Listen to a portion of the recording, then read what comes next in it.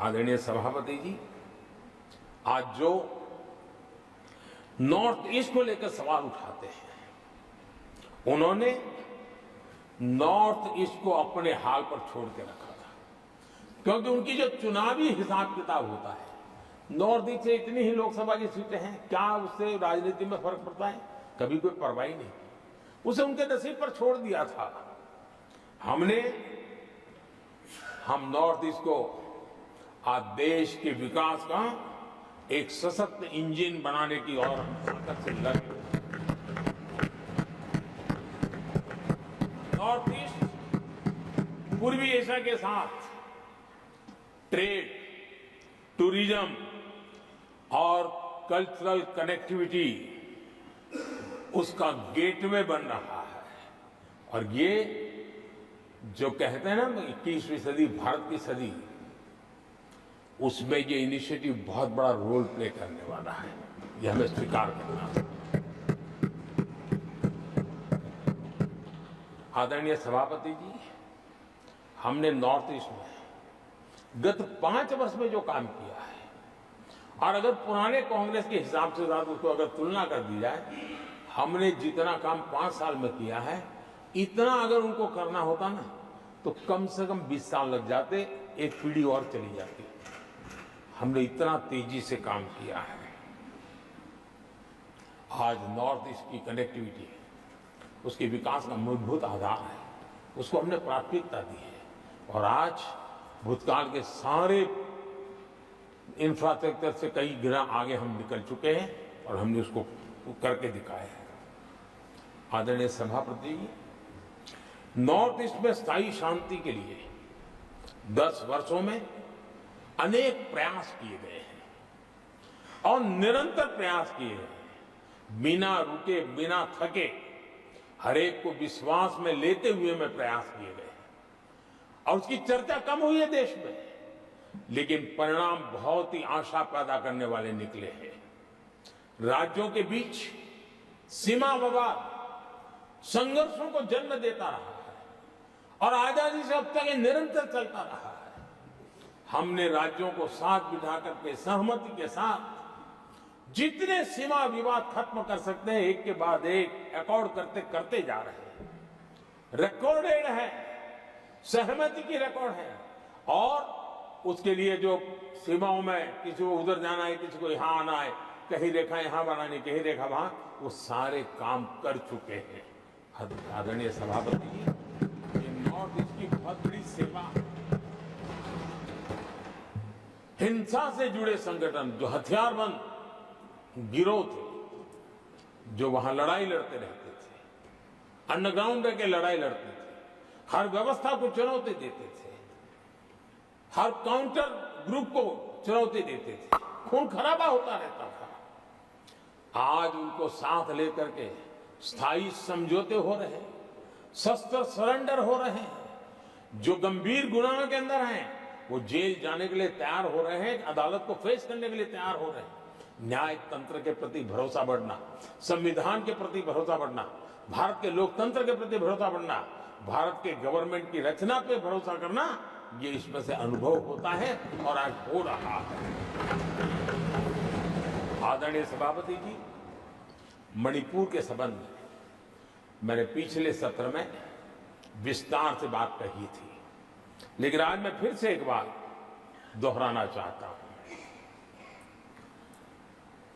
मणिपुर की स्थिति सामान्य करने के लिए सरकार निरंतर प्रयासरत है। वहां जो कुछ भी घटनाएं घटी, 11,000 से ज्यादा एफआईआर की गई है।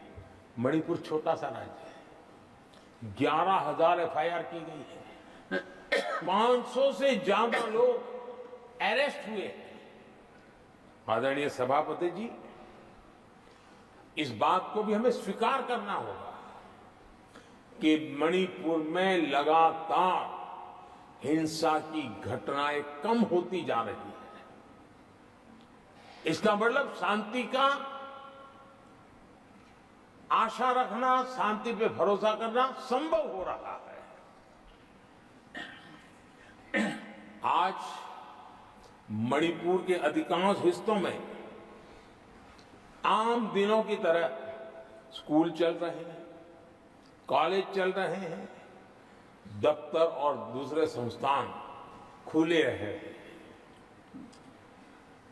आदरणीय सभापति जी, मणिपुर में भी जैसे देश के अन्य भागों में परीक्षाएं हुई, वहां भी परीक्षाएं हुई हैं और बच्चों का अपनी विकास यात्रा जारी रखी है।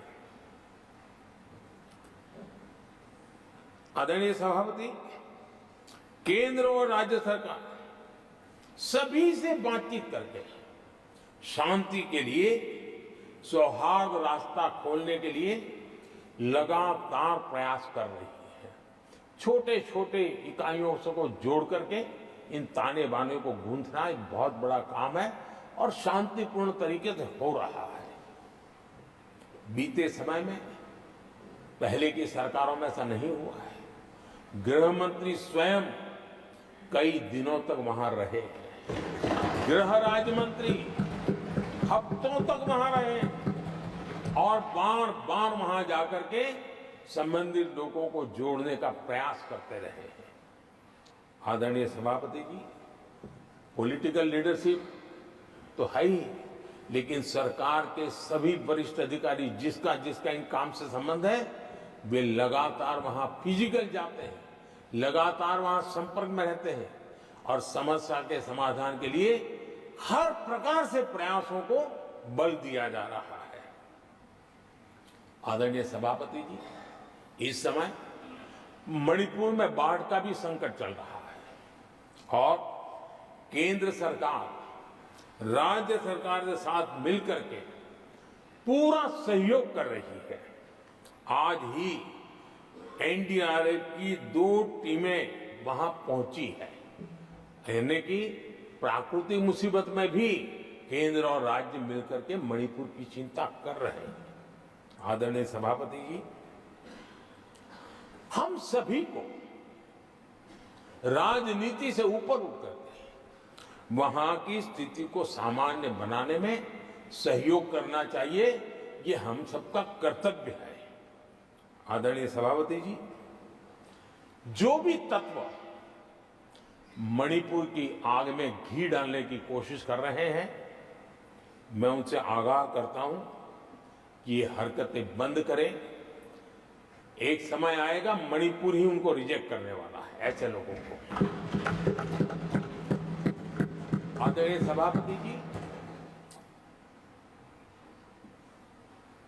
जो लोग मणिपुर के इतिहास को जानते हैं, मणिपुर की घटनाक्रम को जानते हैं, उनको पता है कि वहां का सामाजिक संघर्ष का एक लंबा इतिहास रहा है।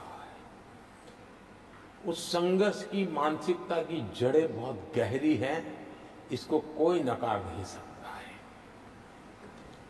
और कांग्रेस के लोग ये न भूले कि मणिपुर में इन्हीं कारणों से 10 बार राष्ट्रपति शासन लगाना पड़ा है। इतने छोटे से राज्य में 10 बार प्रेसिडेंशियल रूल लगाना पड़ा है, राष्ट्रपति शासन लगाना पड़ा है।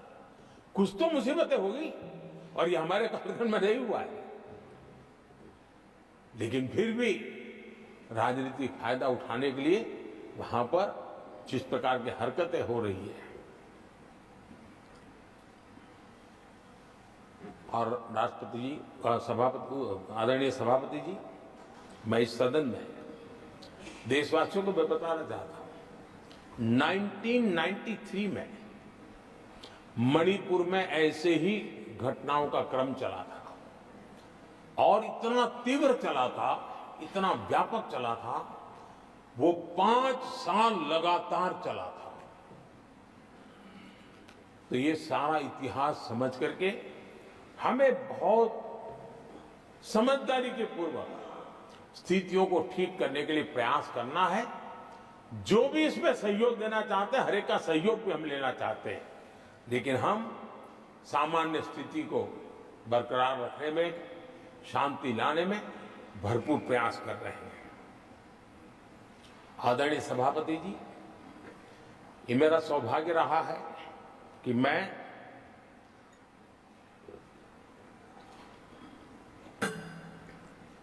प्रधानमंत्री प्रधान सेवक के रूप में यहां आया, उसके पहले लंबे अरसे तक मुझे मुख्यमंत्री के रूप में सेवा करने का अवसर मिला था। और इसके कारण मैं अनुभव से सीखा हूं कि फेडरलिज्म का महात्म्य क्या होता है, और उसी में से कोऑपरेटिव फेडरलिज्म और उसी में से कॉम्पिटिटिव कोऑपरेटिव फेडरलिज्म, इन विचारों को मैं बल देता आया हूं। और इसीलिए जब G20 समिट हुई तो हम दिल्ली में कर सकते थे, हम दिल्ली में बहुत बड़ा तामझाम के साथ मोदी की वाहवाही कर सकते थे, लेकिन हमने ऐसा नहीं किया। हमने हर देश के हर राज्य के अंदर अलग अलग कोने में G20 के महत्वपूर्ण कार्यक्रम किए, उस राज्य को ज्यादा से ज्यादा वैश्विक प्रतिष्ठा मिले इसके लिए प्रयास किया गया। उस राज्य का ब्रांडिंग हो, विश्व उस राज्य को जाने पहचाने, उसके सामर्थ्य को जाने और उसकी विकास यात्रा के लिए खुद भी अपना नसीब आजमाए, इस दिशा में हमने काम किया है। क्योंकि हम जानते हैं कि फेडरलिज्म के और रूप होते हैं। आदरणीय सभापति जी, जब कोविड के खिलाफ हम लड़ाई लड़ते थे, जितनी बार मुख्यमंत्रियों के साथ संवाद हुआ है, शायद हिंदुस्तान की आजादी के इतिहास में इतने कम समय में इतनी बार नहीं हुआ है। हमने